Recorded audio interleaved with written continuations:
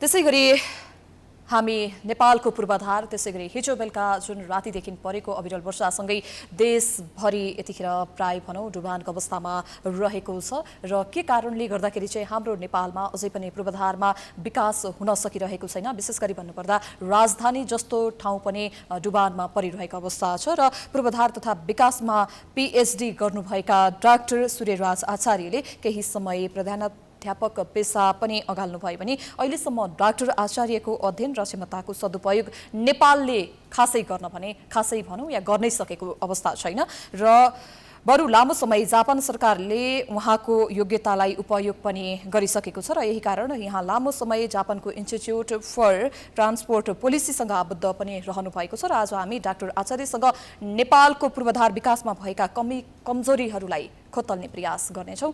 स्वागत छ यहाँलाई प्राइम समाचार। नमस्कार।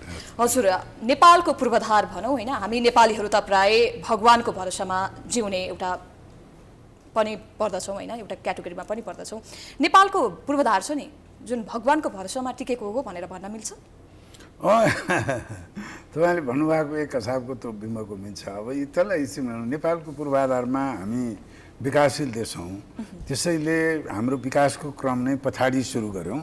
त्यसैले भौतिक विकासकोमा पनि हामी अलिकति चाहिने पछौटेपन पछाडि परेको देख्छौँ। तर त्यो मात्र समस्या होइन। अहिले अवस्था कस्तो भयो भने हामीसँग जे जति स्रोत साधन, एउटा त पूर्वाधार नै थोरै छ, अर्को जे जति बनाउँछौँ त्यो पनि ठिकसँग चाहिँ बनाउँदैनौँ। जे जति हामी खर्च गर्छौँ त्यो चाहिँ गुणस्तरको हिसाबले अथवा त्यसको तौर तरिकाको हिसाबले अब त्यसले चाहिँ हामी जति लाभान्वित हुनुपर्ने भयो त्यो नभएको अवस्था छ। र मैले के भन्दै आएको छु भने खास गरी पूर्वाधार विकासको हाम्रो प्रणाली नै छैन, पद्धति नै छैन। र तपाईँले एउटा 4-5 तले घर बनाउनु पर्यो र त्यो घरको चाहिँ ड्रइङ नाप नक्सा बिना त्यसै हचुवाको भरमा मिस्त्रीहरू ल्याएर कहिले 1-2 महिना एउटा मिस्त्रीलाई अर्को 2 महिना फेरेर बनाउनु भयो भने घर त बनाउनुहुन्छ। त्यो घरमा भर्याङ चढ्ने मिल्दैन, पानी छुइन्छ, बनाइसकेपछि भित्ता फोर्नु पर्ने होला, धेरै पैसा खर्च गरेर नि सुन्दर घर बन्दैन। अहिले हाम्रो अवस्था चाहिँ त्यस्तै हो। त्यसैले हामी सतहका समस्याहरूमा चाहिँ हामी झट्टै हाम्रो आँखा जान्छ, हामी त्यति मात्रै बहस गर्छौँ। तर हामी त्यो प्रणाली पद्धति त्यसका बहुआयामिक पक्षहरू छन्। अक्सर हामी कर्मचारी तन्त्रलाई गाली गर्छौँ, निर्माण व्यवसायीहरूलाई आलोचना गर्छौँ, प्राविधिकहरूलाई पनि आलोचना गर्छौँ, उहाँहरूका गल्ती कमजोरीहरू छन्।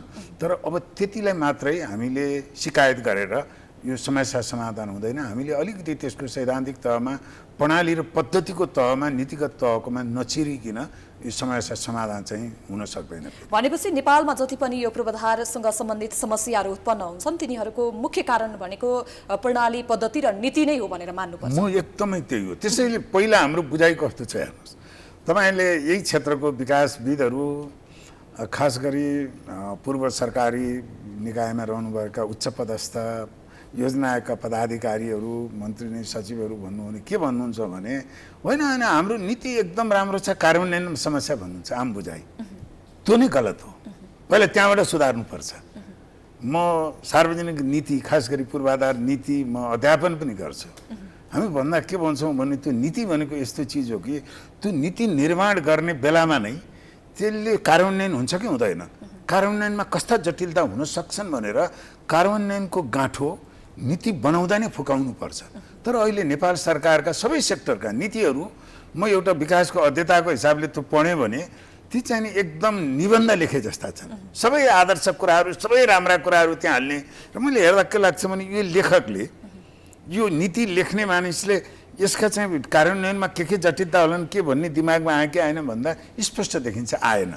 खालि नीतिको एउटा 30-40-50 पेजको दस्तावेज तयार गर्ने हिसाबले त्यो नीति निर्माण त्यसरी बन्दैन। नीति निर्माणले अध्ययन खोज्छ, गृह कार्य खोज्छ, अनुसन्धान खोज्छ। भनेपछि यहाँ नेपालको जति पनि पूर्वाधारका कामहरू हुन्छन्, यहाँले भने जस्तै नीति प्रणाली र पद्धतिको कुनै पनि उपयोग भएको पाइँदैन भनेर भन्नुभयो, त्यसको पछाडिको मुख्य कारण नै त्यही हो भनेर मुख्य अघि तपाईँले स्क्रिनमा देखाउनु भयो काठमाडौँका गल्लीहरूमा बाढी आएको।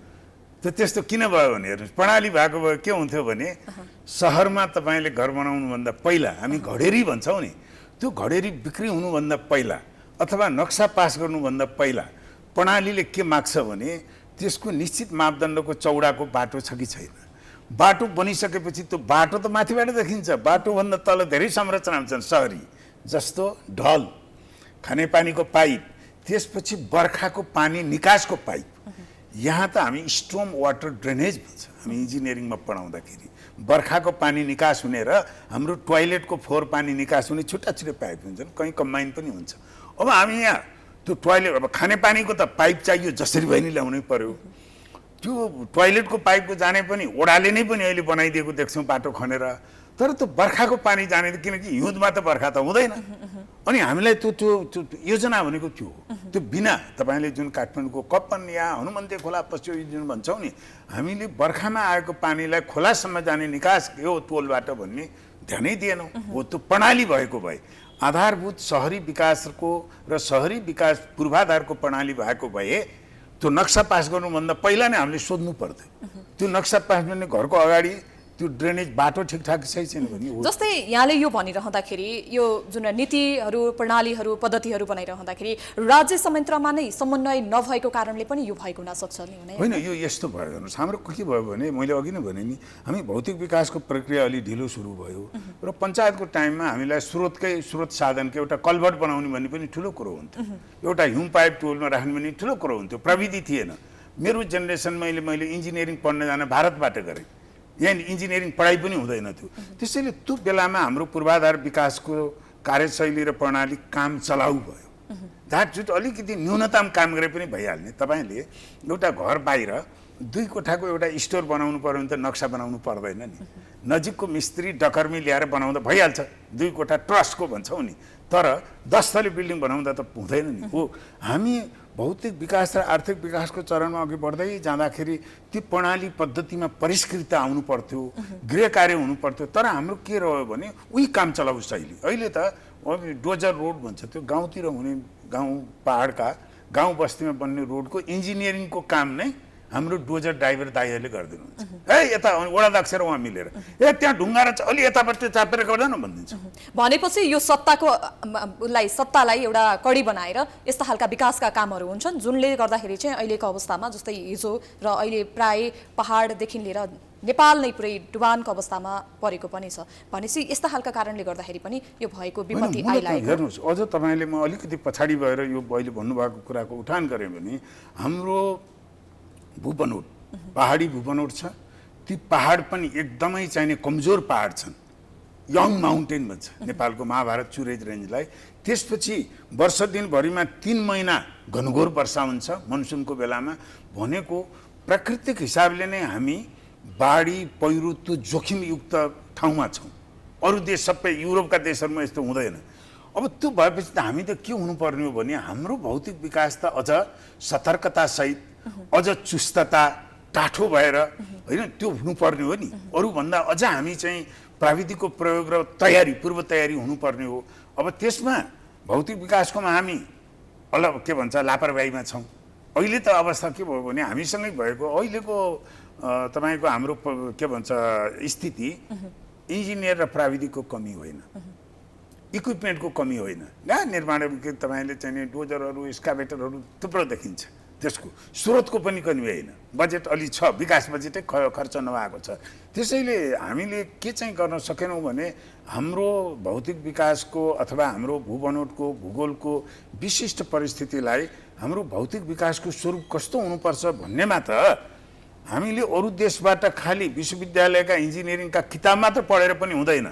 हाम्रो स्वरूपको मौलिक समाधान निकाल्नु पर्ने हो, अध्ययन अनुसन्धान त्यसमा चाहिने हो। तर हामी त अघि नै मैले तपाईँलाई भने सामान्य सहरी विकास र पूर्वाधारका आधारभूत पाठ्य पुस्तकमा भएका जुन हुन्छन्, अघि ड्रेनेज वाटरको कुरा गरेँ अथवा समन्वयको कुरा, त्यसमा हामी जस्तै यहाँले यो भनिरहँदाखेरि जति पनि बिग्रिहाल्यो र कतिपय ठाउँमा बिगारिसकेपछि सुधार्ने ठाउँहरू पनि हुन सक्छन् नि।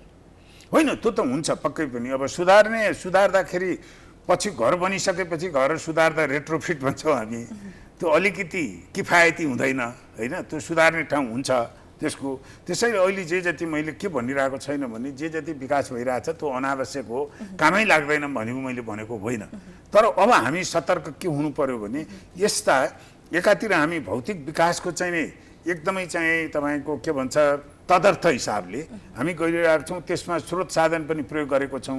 अर्कोतिर बाढी पहिरो डिजास्टर्स जसले जुनले एउटा त त्यो भौतिक विकासको लागि त्यसलाई क्षति पनि पुर्याएको छ। अर्को के भइरहेको छ भने भन्नुहोस् न, डुबानको कुरो काठमाडौँ डुबान हुनुपर्ने भूगोल काठमाडौँको होइन।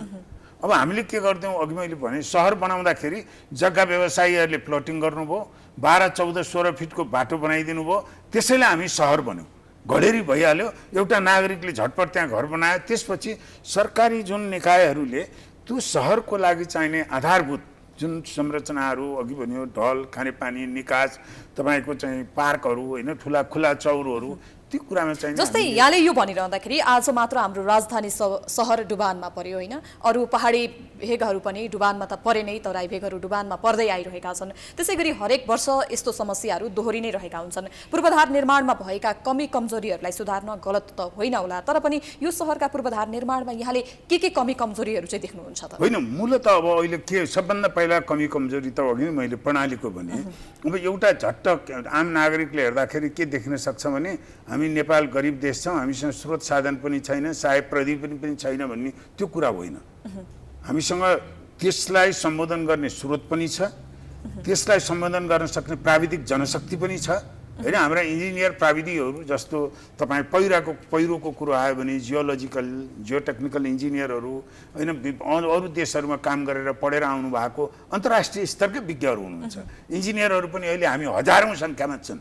त्यसैले अब कहाँनिरबाट कसरी सुधार्ने भन्दा त सबभन्दा पहिला राज्यको अघि हामीले जुन कुरो भनौँ, चाहे त्यसलाई प्रणाली भनौँ, पद्धति भनौँ अथवा नीतिगत तहमा भनौँ, त्यसमा हामीले लगभग जिरोबाटै सुरु गर्नुपर्छ। अब एउटा समीक्षा गरेर श्वेतपत्र निकालौँ र समीक्षा गरेर के हो भने, जस्तो हामीले अघि काठमाडौँकै कुरा गर्नुहुन्छ भने अक्सर तपाईँहरू मिडियामा पनि आइरहन्छ, सडक विभागले पिच गर्यो, त्यसको 3 महिनापछि खानेपानीले खन्छ, अनि फेरि पिच गर्यो, अनि यो बिजुलीको लट्ठा तल राख्ने ताल लाने भनेर खन्छ भनेपछि त्यो जुन समन्वय छ, त्यो समन्वय गर्नको लागि हामीले कहाँ त्यसको सम्बोधन गर्न खोज्नुपर्छ भने कर्मचारीलाई आलोचना गरेर हुँदैन, ऐनमा ल्याउनु पर्यो। किनभने त्यो अलग अलग निकायहरू त हाम्रा ऐन नियम कानुनबाट उनीहरू स्वतन्त्र रूपमा छुट्टा छुट्टै कोअर्डिनेट नगरिकन चलिरहेको हुन्छन्। त्यसमा त्यो कोअर्डिनेसन हामी एउटा कर्मचारीलाई निर्देशन दिएर मात्रै कोअर्डिनेसन हुँदैन, त्यो समन्वय हुने, कानुनै समन्वय हुने, समन्वयकारी कानुन हुनु पर्यो त्यसको।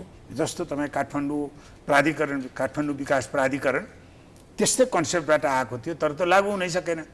यसलाई के चाहिन्छ भने सहरका सबै संरचना र पूर्वाधारहरू एउटै एजेन्सीले योजना गर्ने, एउटै एजेन्सीले लागू गर्ने भएको भए त एउटै एजेन्सीले त्यो तपाईँ के भन्छ ढलको काम र सडक पिच गर्ने कामको योजनाको तहमा कमसेकम योजनाको तहमा एउटै एजेन्सीले गर्ने भए त समन्वय गरिदिन्थ्यो। जस्तै यहाँले यो भनिरहँदाखेरि काठमाडौँ संघीय राजधानी बनाउन लायक छ कि छैन त, कि अरू कुनै विकल्प खोज्नुपर्ने जस्तो देख्नुहुन्छ यहाँले? होइन, विकल्प त मार्केटले खोज्छ। हेर्नुहोस्, विकल्प यसरी नै संघीय काठमाडौँ भयो भने अब हुन त अब त्यो विकल्प कि छैन भन्ने कुरो खोज्ने भन्दा पनि यो चाहिँ त्यसैले अब अहिले हेर्नुहोस् न, तपाईँको के छ भने काठमाडौँको जुन कोर काठमाडौँमा हो, अलिकति मध्यमवर्गीय मान्छेहरू कोरमा नबसिकन ऊ उता तपाईँको गोदावरी, बुढानीलकण्ठ, भैँसेपाटी भनेको त्यो के हो भने इकोनोमी विस्तार हुँदै गएपछि काठमाडौँको अहिलेको जुन भौतिक विकासको स्वरूप छ, मैले सार्वजनिक रूपमा अलिकति चर्को लाग्ला के भन्ने गरेको छु भने 50-60% हाम्रा टोलहरू धनी मान्छे बस्ने सुकुम्बासी बस्ती जस्ता छन्। सुकुम्बासी बस्ती भनेको अङ्ग्रेजीमा स्लम भन्छ, सहरी विकासको टर्मिनोलोजीमा। त्यो भनेको के हो भने आधारभूत सुविधाहरू नभएको, पार्किङ नभएको, ढल नभएको, यस्तै पानी पर्दा नि बाढी आउने भनेको त धेरै जसो हाम्रा उच्च घनत्वका हामीले घरहरू राम्रा राम्रा छन्, तर आधारभूत पार्किङ छैन होइन, भनेको खुला क्षेत्र छैन, गाडी पार्क गर्ने ठाउँ छैन। त्यसैले अब यो काठमाडौँको जुन तपाईँले भन्नुभयो, अझै पनि अघि सुरुमा जुन भन्नुभयो नि बिग्रिसके पनि सुधार्ने ठाउँहरू हुन्छन्। अर्बन रिजेनेरेसन भन्ने एउटा टर्मिनोलोजी छ। जस्तो तपाईँ यो बानेश्वरकै यही एरियामा हेर्नुभयो भने यहाँका धेरै घरहरू हेऱ्यो भने 30, 40, 50 वर्ष भइसकेका छन्। जस्तै अन्त्यमा पछिल्लो समयमा यो एमसिसी एकदमै चर्चाको विषय बनिरहेको छ होइन, कसैले पास गरौँ कसैले हुँदैन भनेर यस्ता आन्दोलनहरू यस्ता अभिव्यक्तिहरू पनि आइरहेको अवस्था छ। र यहाँ एउटा पूर्वाधार विज्ञ पनि हुनुहुन्छ होइन, मुलुकमा हरेक कुराको बलियो पूर्वाधार हुनुपर्छ भनेर यहाँले आफ्नो कुराहरू पनि राख्दै आउनु भएको छ। तर एमसीसीको त यहाँले कडा विरोध गर्नुभएको छ नि, त्यो किन? आखिर एमसीसीले मुलुकको विकासमा सहयोग त गर्छ नि होइन र? मैले विरोध गरेको होइन, यसलाई जसरी ल्याइयो यसको आलोचना गरेको हुँ। मैले के चाहन्छु, म पनि नेपालको पूर्वाधार विकासको लागि सबै विदेशी मात्र राष्ट्रहरूको सहयोग लिनुपर्छ, तर त्यो सहयोग लिनुपर्छ भनेर आँखा चिम्लेर त्यसमा सही गर्ने होइन। मेरो आलोचना के मात्र हो भने अमेरिकी सरकारले दिएको यो सहयोगलाई लिनुपर्छ र त्यो यो अनुदान जुन अमेरिकी राजदूतजीले भन्नुभयो यो अनुदान होइन लगानी हो भन्नुभयो, त्यो बारेमा हाम्रो राजनीतिज्ञहरू स्पष्ट हुनुपर्छ। र यसलाई जसरी अरू मित्र राष्ट्रहरूले दिएका लगानीका ठुल्ठुला आयोजनाहरू छन्, सिन्धुली रोड जापानले अनुदानमै बनाइदिएको हो, भारत चीन लगायत अरू देशहरूले पनि पूर्व सोभियत युनियनले पूर्ण अनुदानमा बनाएका ठुला पूर्वाधार आयोजनाहरू छन्, त्यसरी नै अमेरिकाले दिएको यो आयोजना पनि एउटा सामान्य अनुदानको सम्झौता जस्तो हुनु पर्यो, न कि यो एउटा नेपाललाई दीर्घकालसम्म एउटा रणनीतिक पासोमा पार्ने किसिमका भारी भरकम एउटा पूर्वाधारको आयोजनालाई संसदबाट सन्धिको रूपमा मान्यता हुने गरी त्यो पनि त्यसका केही प्रावधानहरू 5 वर्षमा सकिने होइन, अनन्तकालसम्म रहिरहने किसिमका। अब यो किसिमको विकासको बाटोमा हामी गयौँ भने हामी कहीँ पुग्दैनौँ। यो भौतिक विकास भन्दा पनि चट्ट हेर्दा यसरी भन्दा मैले भनिरहँदाखेरि ट्रान्समिसन लाइन बन्नु हुँदैन भने होइन, त्यो प्राथमिकतामा हुनुपर्छ। त्यो कुरा हामी आफैले बनाउन सक्छौँ। 25 अरबको ट्रान्समिसन लाइन बनाउनको लागि यत्रो नौबत तपाईँले राष्ट्रिय टेलिभिजनबाट यसरी बहस हुनुपर्ने विषय नै नहुनुपर्ने हो। त्यसैले मेरो आलोचना के मात्र हो भने यसमा खास गरी हाम्रो राजनीतिक तपाईँको चाहिँ नेतृत्व तहले जुन गम्भीरताका साथ जुन कुराहरूमा छलफल हुनुपर्ने हो भएको छैन। यसका दुईटै पक्ष, म विरोध होइन, मैले आलोचना गरेको हुँ। यसको विरोध गर्नेमा पनि चर्को विरोध गर्नेमा पनि अतिरञ्जना छ।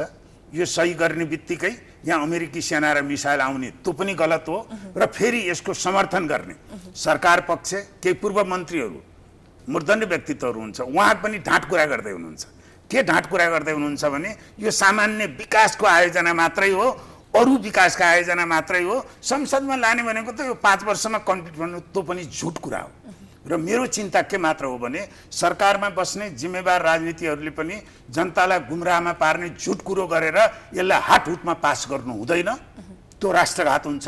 त्यस्तै हामी आम नागरिकहरूले पनि यसलाई भ्रम अफवाहको भरमा यो सही गर्ने बित्तिकै अमेरिकी सेना र मिसाइल नै आइहाल्यो, अमेरिकी साम्राज्यवादी शक्ति हो, अमेरिकाले त छुने बित्तिकै बर्बाद पार्यो भनेर एउटा लामो सम्बन्ध भएको हाम्रो चाहिने दौत्य सम्बन्ध भएको मित्र राष्ट्रलाई त्यो तहको प्रतिक्रिया पनि फेरि वाञ्छनीय हुँदैन। हस्, यहाँको रायलाई, यहाँको सल्लाह सुझावलाई नेतृत्व तहले एउटा राम्रो कुरा लिएर होइन, जसले पास गरौँ भनिराख्नु भएको छ, उहाँहरूले एउटा सुझावको रूपमा लिएर पक्कै पनि केही परिवर्तनहरू गर्नुहुनेछ भन्ने आशा राखौँ। यहाँको समयको लागि यहाँलाई धेरै धेरै धन्यवाद। यहाँले मौका दिनु त्यहाँलाई धन्यवाद। दर्शकवृन्द, हामीसँग हुनुहुन्थ्यो अतिथि डाक्टर सूर्यराज आचार्य, उहाँ पूर्वाधार विज्ञ पनि हुनुहुन्छ र उहाँले धेरै वर्ष जुन अहिलेसम्म डाक्टर आचार्यको अध्ययन र क्षमताको सदुपयोग नेपालले गर्न सकिरहेको छैन भने उहाँले जापानमा रहेर विश्वविद्यालयमा अध्यापन गराइरहँदाखेरि त्यहाँका जुन पूर्वाधार कस्तो हुनुपर्छ र अहिले पछिल्लो समयमा जुन हिजो मात्रै नेपालको राजधानी काठमाडौँ डुबानमा परिरहँदाखेरि के कुराहरूमा चाहिँ कहाँ सरकार चुक्यो र अब के कस्ता खालका विकल्प हुनुपर्छ र यो एमसीसी पास गर्नु गलत हो या होइन, के कसरी लिनुपर्छ, यसैको सेरोफेरोमा रहेर हामी कुराकानी गरिरहेका थियौँ। समाचारको सिलसिला अझै जारी छ, हामी विश्रामपछि आउँछौँ। बाँकी समाचारको साथ